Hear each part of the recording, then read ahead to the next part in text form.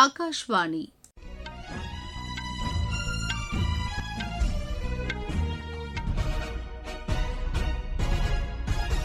செய்திகள் வாசிப்பவர் மிருதுளா. தலைப்புச் செய்திகள்: டெல்லி டேராடூன் இடையே பொருளாதார வழித்தட மேல்மட்ட சாலையை பிரதமர் திரு நரேந்திர மோடி இன்று தொடங்கி வைக்கிறார். அரசியல் சாசன சிற்பி அண்ணல் அம்பேத்கரின் 136வது பிறந்த நாளையொட்டி நாடு முழுவதும் பல்வேறு நிகழ்ச்சிகளுக்கு ஏற்பாடு செய்யப்பட்டுள்ளது. மேற்கு வங்கத்தில் முதற்கட்ட தேர்தல் நடைபெறவுள்ள 152 தொகுதிகளில் அரசியல் கட்சிகளின் பிரச்சாரம் விறுவிறுப்படைந்துள்ளது. கோடைக்கால பயிர்களின் சாகுபடி பரப்பு இந்த ஆண்டு சுமார் 64 லட்சம் ஹெக்டேராக அதிகரித்துள்ளதாக மத்திய வேளாண் அமைச்சகம் தெரிவித்துள்ளது.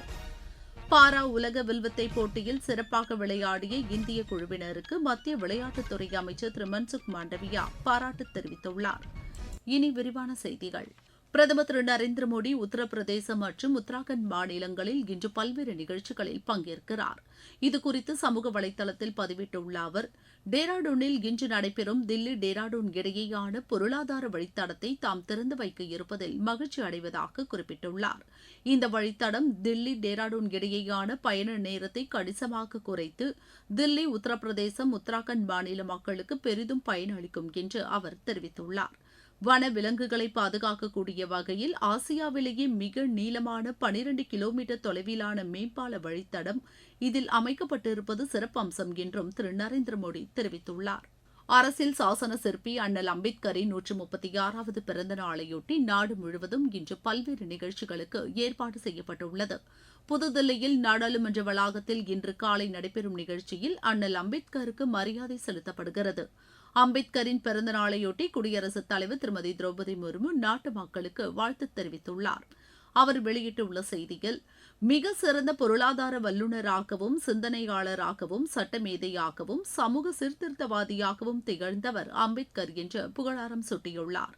சமுதாயத்தில் ஒடுக்கப்பட்ட மக்களின் மேம்பாட்டிற்காக தனது வாழ்நாளை அர்ப்பணித்து வரலாற்று சிறப்புமிக்க பங்களிப்பை அளித்தவர் அவர் என்றும் திருமதி திரௌபதி முர்மு அதில் குறிப்பிட்டுள்ளார். தமிழகத்தில் 234 தொகுதிகளுக்கு ஒரே கட்டமாகவும், மேற்கு வங்கத்தில் 152 தொகுதிகளுக்கு முதற்கட்டமாகவும் வரும் 23ஆம் தேதி வாக்குப்பதிவு நடைபெறவுள்ள நிலையில் அங்கு அரசியல் கட்சித் தலைவர்களின் பிரச்சாரம் தீவிரமடைந்துள்ளது. மேற்கு வங்க மாநிலம் மயூரேஸ்வரில் நேற்று நடைபெற்ற பிரச்சார பொதுக்கூட்டத்தில் பிஜேபி மூத்த தலைவர்களின் ஒருவரான திரு அமித்ஷா பங்கேற்று வாக்கு சேகரித்தார். அப்போது பேசிய அவர், இம்மாநிலத்தில் பெரும்பான்மையாக உள்ள மக்களுக்கு திரிணாமுல் காங்கிரஸ் அரசு அச்சுறுத்தலை ஏற்படுத்தி வருவதாக அவர் குறை கூறினார். இந்த தேர்தல் இந்த ஆட்சிக்கு முற்றுப்புள்ளி வைக்கும் தேர்தலாக அமையும் என்றும் திரு அமித்ஷா கூறினார்.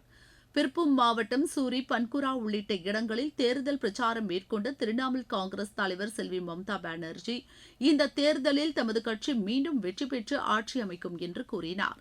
வெளிமாநிலங்களில் இருந்து மேற்கு வங்கத்திற்கு ரயில் பேருந்துகள் மூலம் வாக்காளர்களை பிஜேபி இறக்குமதி செய்வதாகவும் செல்வி மம்தா பானர்ஜி குற்றம் சாட்டினார். இதேபோல் மேற்கு வங்கத்தின் பல்வேறு பகுதிகளிலும் இடதுசாரி கட்சிகளும் தீவிர தேர்தல் பிரச்சாரத்தில் ஈடுபட்டுள்ளனர். இதனிடையே தமிழகத்தில் பிரச்சாரம் முடிவடைய இன்னும் ஒரு வாரமே உள்ள நிலையில் வேட்பாளர்கள் வீடு வீடாக சென்று வாக்கு சேகரித்து வருகிறார்கள். தேர்தல் கண்காணிப்பு நடவடிக்கைகள் தீவிரப்படுத்தப்பட்டுள்ளதாக தேர்தல் ஆணையம் தெரிவித்துள்ளது.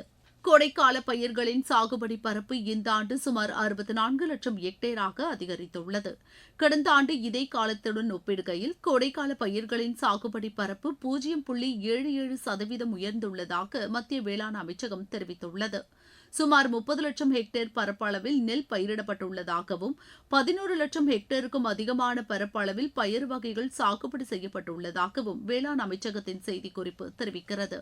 நீங்கள் கேட்டுக்கொண்டிருப்பது ஆகாஷ்வாணியின் செய்தி அறிக்கை. இனி தேர்தல் களம்.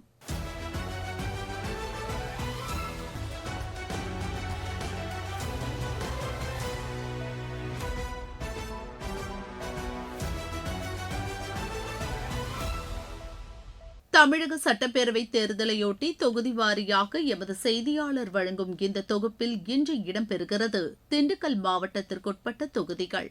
1985ஆம் ஆண்டு செப்டம்பர் 15ஆம் தேதி ஒருங்கிணைந்த மதுரை மாவட்டத்திலிருந்து பிரிந்து உதயமானதுதான் திண்டுக்கல் மாவட்டம். தென்னகத்தின் சின்ன சிங்கப்பூர் என்று அழைக்கப்படும் சின்னாலப்பட்டி சுங்குடி சேலைகள் முதல் உலக புகழ்பெற்ற பழனி பஞ்சாமிர்தம் வரை 5க்கும் மேற்பட்ட பொருட்களுக்கு புவிசார் குறியீடு பெற்ற மாவட்டம் என்ற பெருமை இந்த மண்ணுக்கு உண்டு. அறுபடை வீடுகளில் 3ஆம் படை வீடான பழனி முருகன் கோவில், மலைகளின் இளவரசியான கொடைக்கானல், மாநிலத்தின் 2வது பெரிய காய்கறி சந்தையான ஒட்டஞ்சத்திரம் என திண்டுக்கல்லின் அடையாளங்கள் பல. அதிக அளவில் காய்கறிகள் மற்றும் மா, பலா, வாழை என முக்கணிகளும் விளையும் என்ற பெருமையை பெற்ற மாவட்டமாகும். பழனி, ஒட்டஞ்சத்திரம், ஆத்தூர், நிலக்கோட்டை தனி, நத்தம், திண்டுக்கல், வேடசந்தூர் என 7 தொகுதிகளை உள்ளடக்கியதுதான் திண்டுக்கல் மாவட்டம். திண்டுக்கல் சட்டமன்ற தொகுதியில் காமராஜர் கூட்டு குடிநீர் திட்டத்தை விரைந்து செயல்படுத்த வேண்டும் என்பது பிரதான கோரிக்கையாகும். மேலும் மாணவ மாணவியர் பயன்பெறும் வகையில் புதிய அரசு கலைக்கல்லூரி மற்றும் மாநகராட்சி திட்டங்களை முழுமையாக நிறைவேற்ற வேண்டும் என மக்கள் எதிர்பார்க்கின்றன. பழனியை தனி மாவட்டமாக அறிவிக்க வேண்டும் என்பது நீண்டகால கோரிக்கையாகும். அத்தோடு 2வது ரோப்கார் திட்டம் மற்றும் பழங்களை பதப்படுத்தும் கிடங்கு அமைக்கப்பட வேண்டும் என்பது பழனி சட்டமன்ற தொகுதி மக்களின் கோரிக்கையாகும். பாச்சலூர் மலை கிராம சாலை வசதிகள் மற்றும் திருமூர்த்தி அணை குடிநீர் வசதி ஆகியவை ஒட்டஞ்சத்திரம் சட்டமன்ற தொகுதி மக்களின் கோரிக்கையாகும். பூக்கள் மற்றும் பன்னீர் திராட்சை விவசாயம் செழிக்கும் நிலக்கோட்டை தனி சட்டமன்ற தொகுதியில் அரசு நறுமண திரவிய தொழிற்சாலை அமைக்க வேண்டும் என்பது மக்களின் கோரிக்கையாகும். ஆத்தூர் சட்டமன்ற தொகுதியில் சுங்குடி சேலைகளுக்கு சாயம் போட தனி வசதி கொண்ட கட்டிடம் மக்களின் கோரிக்கையாகும். இளைஞர்களின் வேலைவாய்ப்பிற்காக நத்தம் சட்டமன்ற தொகுதியில் ஆயத்த ஆடை பூங்கா மற்றும் தொழிற்சாலைகள் அமைக்கப்பட வேண்டும். வேடசந்தூர் சட்டமன்ற தொகுதியில் மாயனூர் அணைக்கட்டில் இருந்து காவிரி கூட்டு குடிநீர் திட்டத்தை நிறைவேற்ற வேண்டும். விவசாயம், நெசவு மற்றும் சுற்றுலா என பன்முகத்தன்மை கொண்ட திண்டுக்கல் மாவட்டத்தின் இந்த தேவைகளை தீர்க்க போகும் வேட்பாளர் யார்? மக்களின் வாக்குகள் யாருக்கு? பொறுத்திருந்து பார்ப்போம். திண்டுக்கல் மாவட்டத்திலிருந்து ராஜசேகரன், சுப்பிரமணிய பாரதி.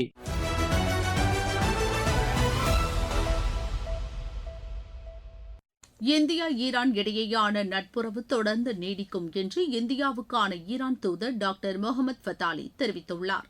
புதுதில்லியில் நேற்று செய்தியாளர்களிடம் பேசிய அவர், கடினமான தருணத்தில் ஈரானின் நம்பிக்கைக்குரிய நாடாக செயலாற்றிய இந்தியாவுக்கும் மக்களுக்கும் நன்றி தெரிவித்துக் கொள்வதாக கூறினார்.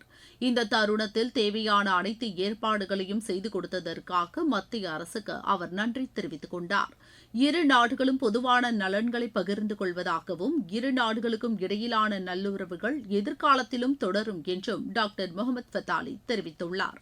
பாங்காங்கில் நடைபெற்ற பாரா உலக வில்வித்தை போட்டியில் சிறப்பாக விளையாடிய இந்திய குழுவினருக்கு மத்திய விளையாட்டுத்துறை அமைச்சர் திரு மன்சுக் மாண்டவியா பாராட்டு தெரிவித்துள்ளார்.